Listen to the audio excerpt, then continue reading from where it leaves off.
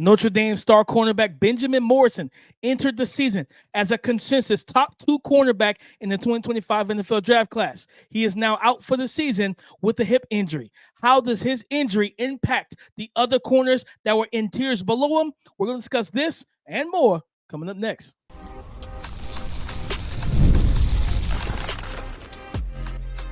You are Locked On NFL Draft, your daily podcast covering the NFL Draft. Part of the Locked On Podcast Network, your team every day.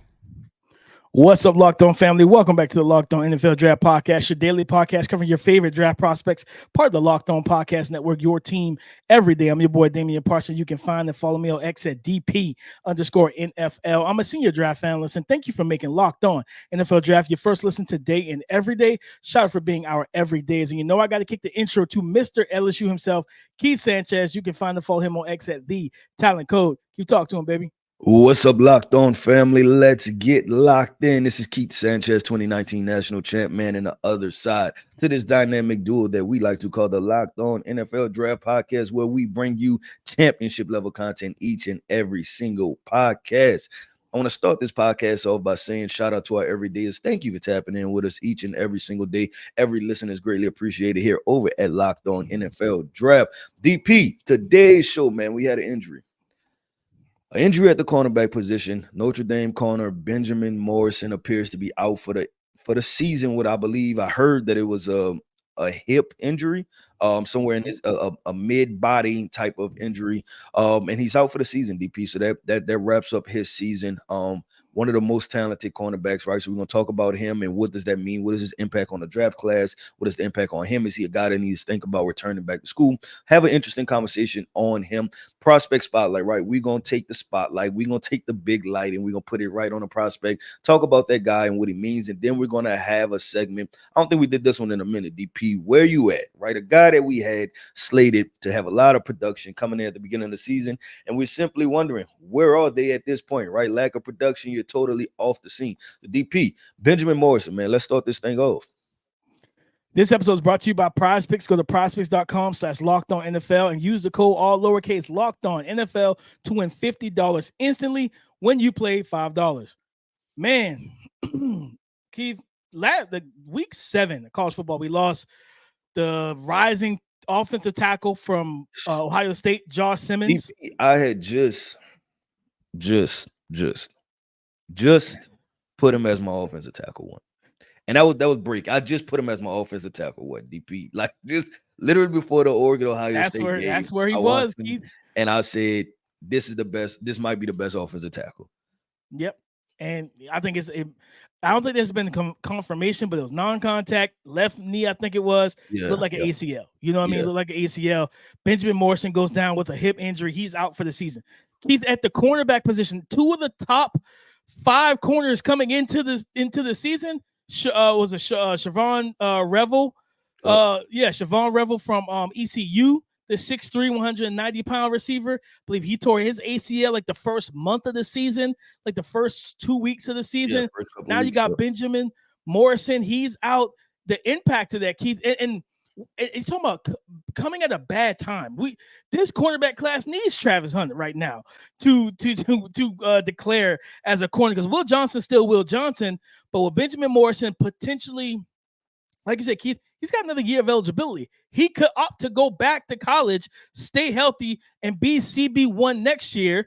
You got Siobhan Revel, who's also hurt. And then the performance, you saw it firsthand, the performance of Denzel Burke against Oregon. That's what I was going to bring up, DP. And I'm like, the other corners are not making it. They're not helping their case. Because that was, and I always felt like that. And obviously it's a Benjamin Morrison conversation, but real quick with Denzel Burke, this was always a part of his game. Like there was like the best version of Denzel Burke, and then there was the Denzel Burke that you had the question marks. And the question marks, Denzel Burke, is what showed up in Ohio State versus Oregon game. That type of performance puts you down in like round 3, Keith. No, that was tough. And I always battle with him as a prospect between like, all right, people are telling me this is a first round prospect, but he looks like a late second, early third from time to time. And I get it, he's extremely gifted and plays at Ohio State. But on Benjamin Morrison, DP, what do you think his impact is on his class having the injury? Like where do you stand with it?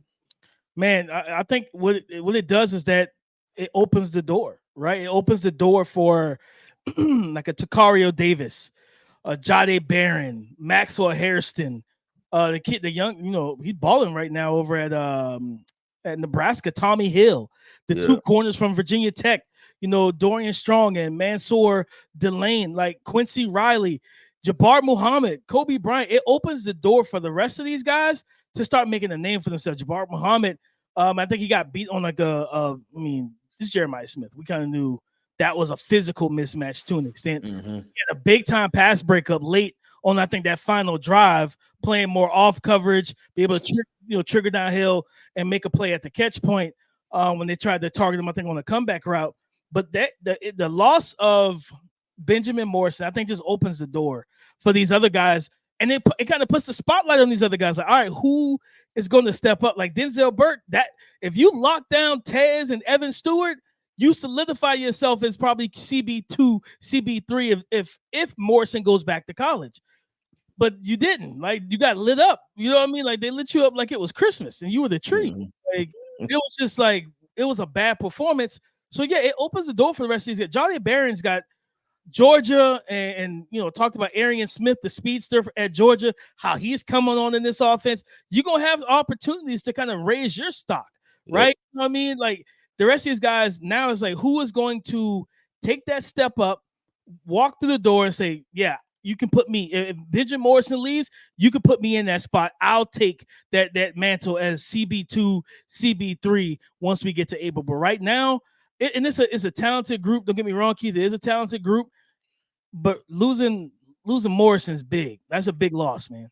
Yeah, so I'm gonna break this down into two kind of categories, right? First category is Benjamin Morrison.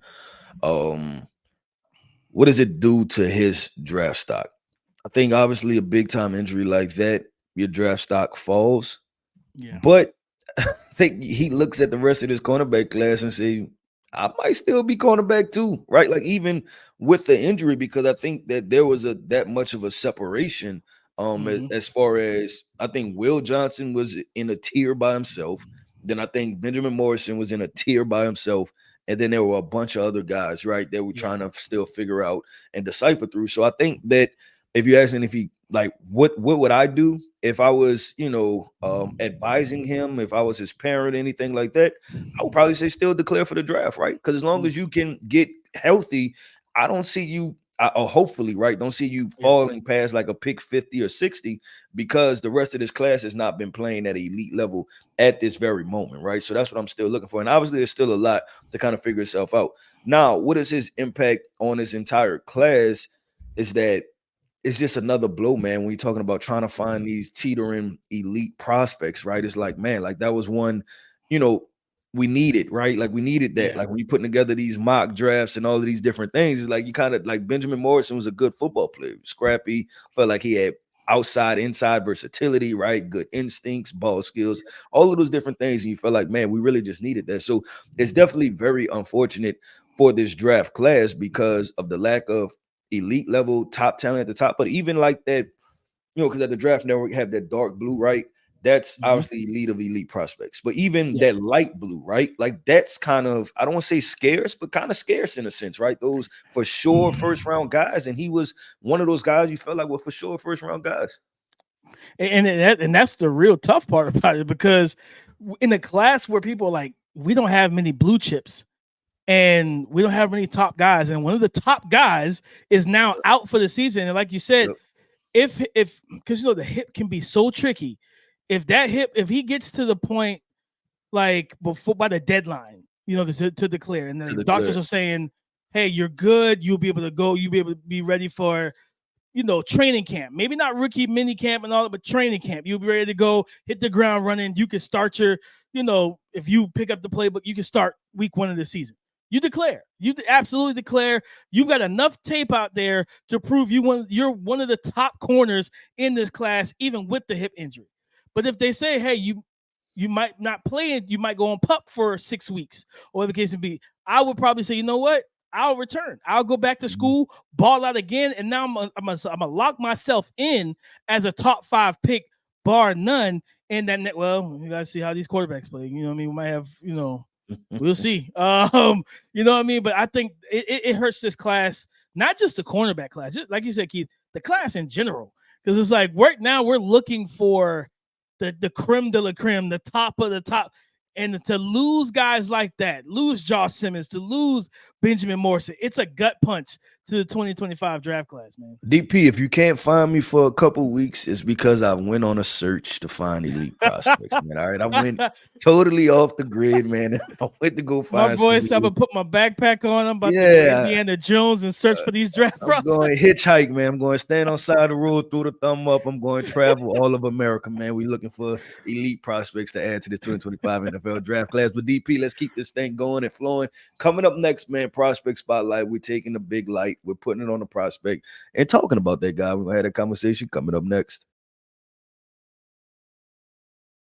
For most of us that like collecting cards, the idea of spending $2,000 or more on a Luka Doncic or Patrick Mahomes rookie card just isn't in the cards. I love collecting, but that's some serious money to drop. Thanks to slab packs from arenaclub.com, now it's possible to score gem mints for a fraction of the retail price. Every card that I listed was hit from last week's Arena Club slab pack drop. Arena Club is the only repack that provides real value, a complete view of all possible cards, and clear hit rates for each one. Arena Club slab packs are revolutionizing the repack game with transparency. Guys, right now, you can get 10% off your first slab pack or card purchase by going to arenaclub.com/LockedOnNFL and use the code LockedOnNFL. That's arenaclub.com/LockedOnNFL and use the code LockedOnNFL for 10% off your first purchase. Today's episode is brought to you by Game Time. Game Time has a new feature called Game Time Picks that makes getting tickets to see your favorite football team, basketball team, or sports teams play live even easier. They also take care of concerts and shows, not all events, basically, not just sports. Game Time Picks filters out all of the fluff to show you only incredible deals on great seats so you don't have to waste time searching through thousands of tickets. And one thing I absolutely love about Game Time, they show the views for all the seats in the venue. So before you buy your tickets, you know what vantage point you and your party or whoever will have. They have lowest price guarantees, event cancellation protection, job loss protection, and more. So take the guesswork out of buying tickets with Game Time. Download the Game Time app, create an account, and use the code LockedOnNFL for $20 off your first purchase. Terms apply. Again, create an account, use the redeem code LockedOnNFL for $20 off. Download Game Time today. What time is it? It's game time. Prospect spotlight, Keith. I'm going to throw the spotlight on the guy that has he's been balling this year. And I think he's like a 5th, 6th-year senior for Indiana, the Hoosiers. Kurtis Rourke, man, like he's been playing good ball this year, and he's got a nice little test with Pat Mahomes' doppelganger in Nebraska Cornhuskers coming to town. He's got a nice little test because that Nebraska defense gets after it. So far this season, man, Kurtis Rourke is completing 73.3% of his passes for 1,752 yards, averaging 11 yards per attempt, 14 touchdowns, only 2 interceptions. Keith, he went 4 straight weeks without an interception. The 2 interceptions he had came up against Maryland in that game, and I believe, if I'm not mistaken, they are undefeated. Yes, Indiana is undefeated, and look at their schedule. Keith, they have Nebraska, Washington, Michigan on the road at Michigan State. Then Michigan comes in. Then they go to Ohio State and Purdue. This is an opportunity, like I think I talked about it earlier this week. Kyle McCord can run the table in the ACC, beat Cam Ward at the end of the season. You might be in the Heisman discussion. You're not going to win it. That's Ashton Genty's award right now between Ashton Genty and Travis Hunter. But the point is, you get the invite to New York, baby. You get to put your best suit on, sit out there, and be on TV, right? I think the same thing for Kurtis Rourke. He's playing at such a high level, 6'5", 230 pounds. So he's got the NFL, size and everything. 225. His arm talent is good enough. He's accurate. but he's playing again. He is a little bit older prospect in terms of like being that 5th, 6th year senior, and it shows. He plays with maturity in the pocket. He'll climb, he'll reset his feet, deliver strikes down the field, be accurate with good ball placement. He's just playing at a very high level, and I'm telling you that Nebraska defense, they can rush the passer on the interior and off the edge. And they got cornerbacks too. If he lights up that defense, that's a really good thing for him. Go into this game, 2 interceptions on the season. Walk out of there with 2 interceptions on the season. Don't throw any, protect the ball, play good ball, and come out there with a win. You're at home as well. Now, and it's crazy. When has Indiana ever, besides basketball, ever had collegiate pressure on them or expectations? I don't recall Indiana football being a team where we're like, yo, like they got a chance right now. Yeah. I don't know. It's the first time ever. Yeah, I can't tell you either, DP. I can't think of it as far as that. But DP prospect spotlight, man. I believe I talked about this guy last week, and he went out and he proved me right, which is a very good thing. That's LSU's edge rusher, Braden Swinson. Talked about him last week, said that, listen, this is showing to be one of the most talented edge rushers. And he's naturally, what I'm seeing from him, DP, is natural gifts, right? And I always talk about this. We fall in love with the speed rushers, the athletic guys, XYZ. But if you do not have power and strength to your game, I have concerns, DP. I have concerns. And this guy, he has both of them, listed at 6'4", 250 pounds. Talked about him, I believe it was last week. I watched some of the film.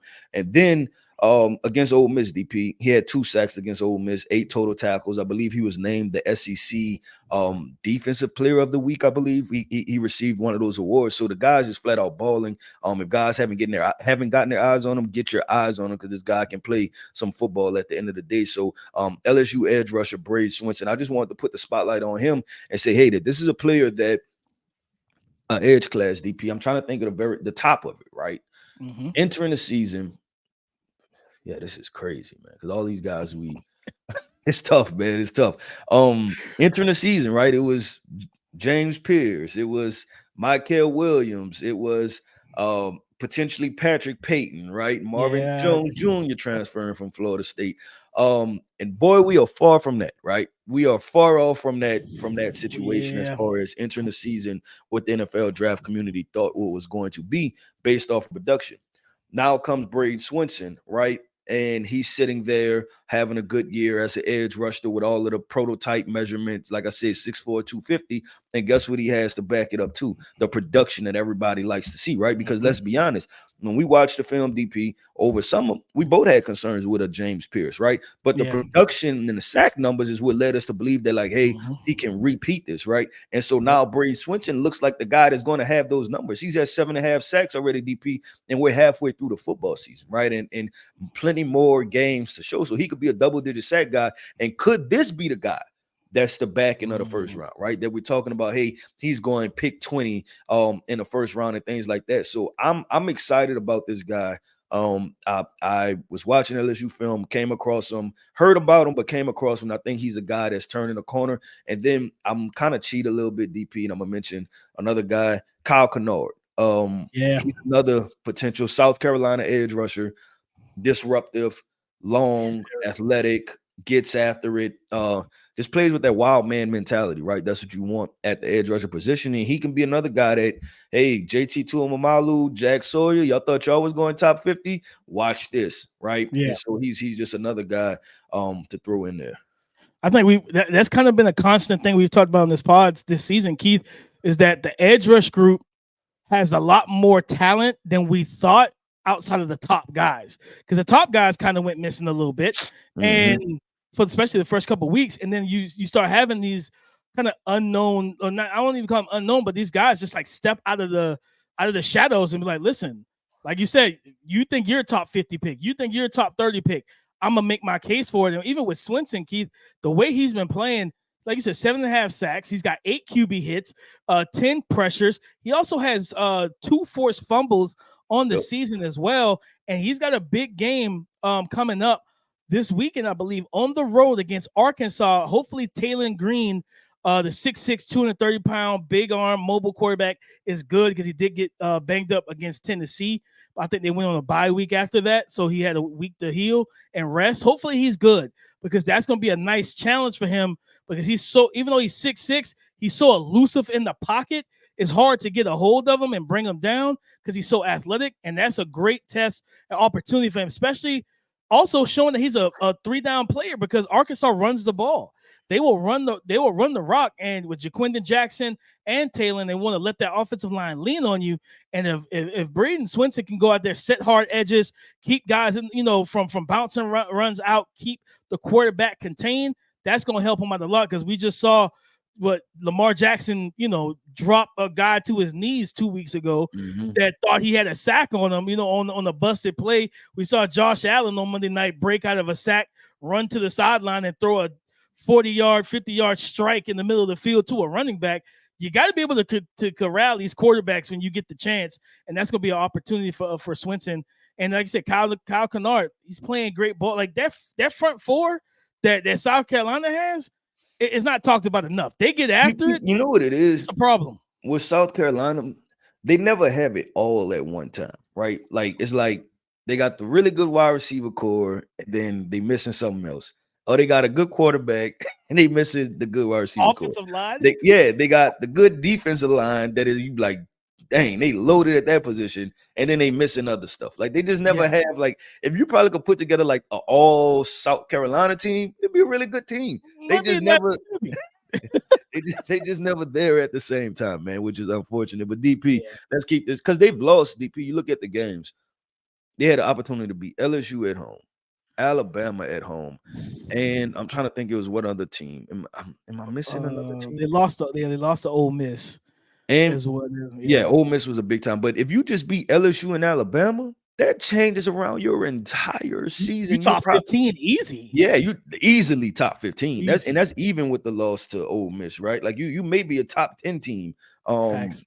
Just being able to go do that. So we'll see how that thing unfolds for South Carolina. We just know that they at this point, right? They're tough out. They're competitive. They're playing competitive football. But DP, let's keep this thing going and flowing. And man, what are we talking about? Where you at, right? Like, where are these prospects that we thought coming into the season we're going to perform well? We just going to talk about it, see what are they doing, kind of updates, right, on guys that kind of went off the radar, that were clearly on our radar, and then now they're all the way off the radar, and just simply ask, where y'all at? Today's episode is brought to you by FanDuel. Hey, NFL fans, you can start the season with a big return on FanDuel, America's #1 sportsbook. So when you get a hunch or an urge in the middle of the game, you can check out the latest stats, view live play-by-play, and so much more on the exact same page where you placed your bets. And speaking of bets, guys, NFL season betting odds are live on FanDuel Sportsbook. You can go ahead and get in on the action before anything shifts or changes. Pat Mahomes has been the leading MVP vote getter and betting odds getter, but Lamar Jackson's closing in, right? You want to go ahead and get on those bets now.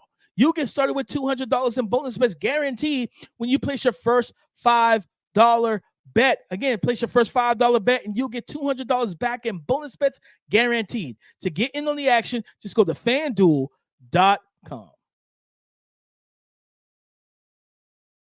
Thank you for making Locked On NFL Draft your first listen today and every day. Shout out for being our everydayers. Keith, I have to go with a guy that has the same first name as mine, but it's spelled a little differently.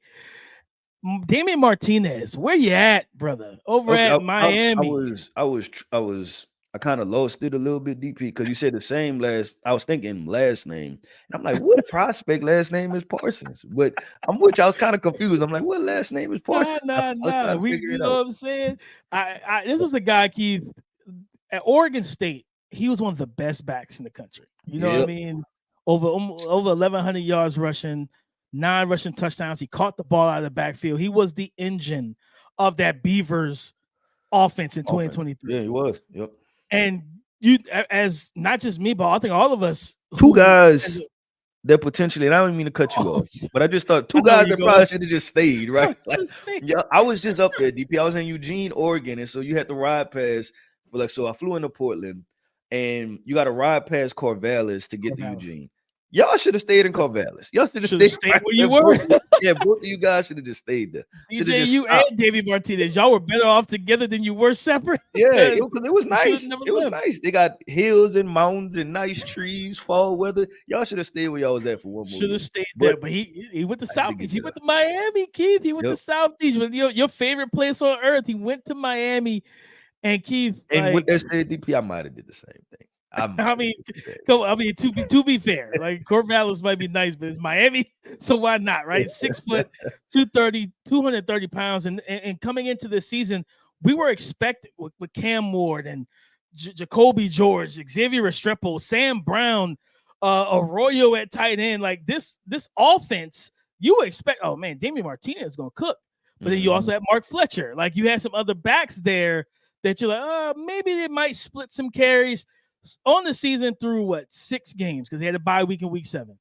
He's rushed the ball 66 times. He's averaging 4.5 yards per carry, but he has less than 300 yards, 296 yards rushing, 5 rushing touchdowns. He has 3 games out of the 6. Half of his games, he had not eclipsed 50 yards rushing. You know what I mean? And it's like, we talked about it last week. Prospects that might need to return to college football. Damien Martinez needs to return. He's got another year of eligibility. Cam Ward won't be your quarterback. I don't know who the quarterback is going to be for Miami in 2025, but maybe that might be good for you. Maybe they just lean on you and give you all the carries. But again, you still have other young running backs there who are talented too. Might be another transfer situation, but I don't like. There's no way you enter in this running back class. We talked about with Quinshawn in the production. This production, you can't enter this running back class with these guys, these dogs out here putting up, Ashley Genty's averaging over 200 yards, almost 300 yards from scrimmage. Like, no, like you can't even touch this class right now. Yeah, that's if the you're one. A running back. You go back, go get that extra degree, right? Go get another degree, add that to your finish school. Go ahead and finish school, go walk across the stage, get one more year in, and go ball out next year. It's been a situation, and it's not indicative of his skill set or talent. It's just a situation right now is not really conducive for him to get 25, 30 carries and all the touches when you have other backs in the backfield, but you have a team that has a superstar at quarterback and they're leaning on him heavily to win games. Yeah, no, I agree with that 100%, DP. That's so tough. You know what I'm saying? It's tough to do. It's tough to understand. And it's crazy because it is, you're talking about hundreds of thousands, if not millions of dollars decisions, right? Where you're getting the money up front, but you're going to end up paying for it on the back end. And you know what? I don't even want to say that it was a monetary. Let's just not put that in there, right? Because we don't know what those contracts were, but just overall, like you're making decisions thinking that it's going to be help you by hundreds of thousands and millions of dollars, right? Because you get to go to a bigger program, potentially winning team, win a championship, and then that doesn't happen. Well, you may win, but your production goes down on the back end, which still affects you the opposite way, right? So I'm with you, DP. And this Where You At segment. This is a tough segment, DP, because we talked about the beginning of the season, right? And we had a lot of draft problems. I feel like we could do this segment for a good 2-3 hours, right? Just where y'all at. I'm gonna go with just a couple of my favorite wide receivers. And I'm gonna just land on one, right? Juice Wells. And I just thought that there would be a whole lot more production, and I don't know if to put the blame on him or not blame, right? But like associate this with his talent, or is this a Jackson Dart situation? Because it appears that right now that the Ole Miss offense, and that's the problem, and that's potentially why they lost the LSU game, right? Trey Harris went out. The Ole Miss offense is Trey Harris, and it looks like that's the only guy that Jackson feels comfortable with. And when you watch the film, DP, and you tell me if you disagree, I know you just made Trey Harris your number. I mean, Trey Harris your number 2 wide receiver.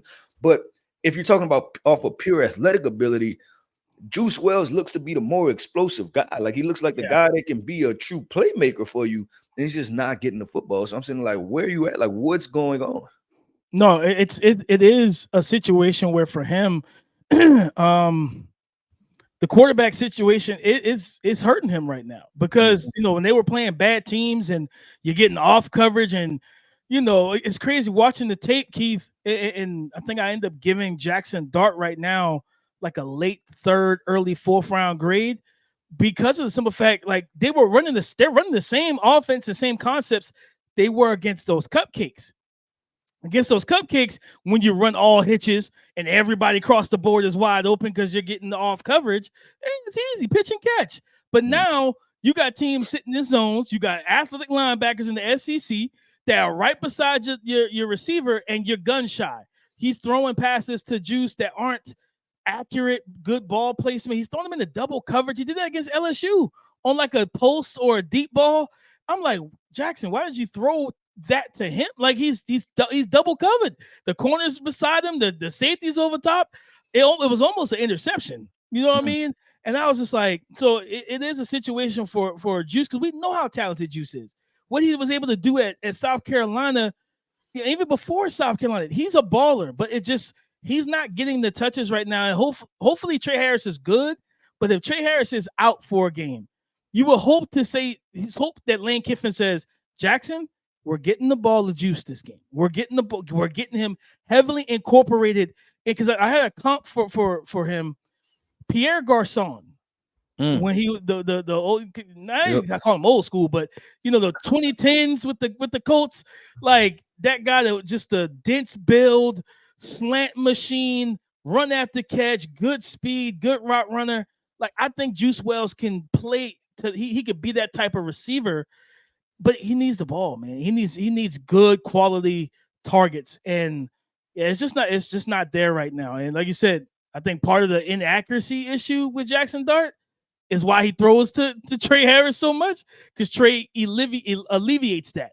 He's an area code receiver with the wingspan and the big body, man. Hopefully they can get Juice going, because they need him. Teams are going to eventually, even with Trey Harris healthy, you just assume that teams are going to start doubling him. Like you can't let Trey Harris cook you in one-on-one coverage all 4 quarters. Yeah, like, and get him away. Like you have to find different stuff, DP. And I feel like this is like the 3rd or 4th game that the LSU Ole Miss game has started off like this. Ole Miss gets out by a double-digit lead.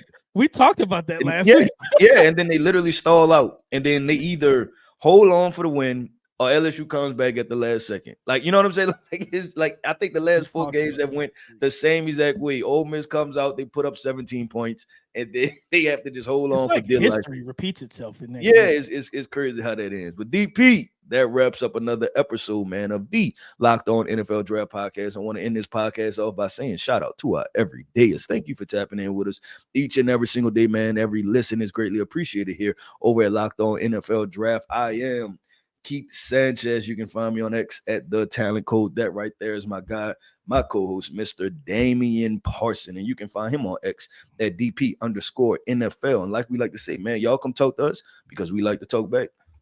Go subscribe and follow for free on YouTube. Wherever you listen to podcasts to get the latest episode as soon as it is available. Thank you for making Locked On NFL Draft your first listen today and every day. Shout out for being our everydayers. On tomorrow's show, make a statement, 2nd-tier prospects, and no sleepers for week 8 of college football this Saturday, this weekend. So come and join the conversation again tomorrow on the Locked On Podcast Network. Your team every day.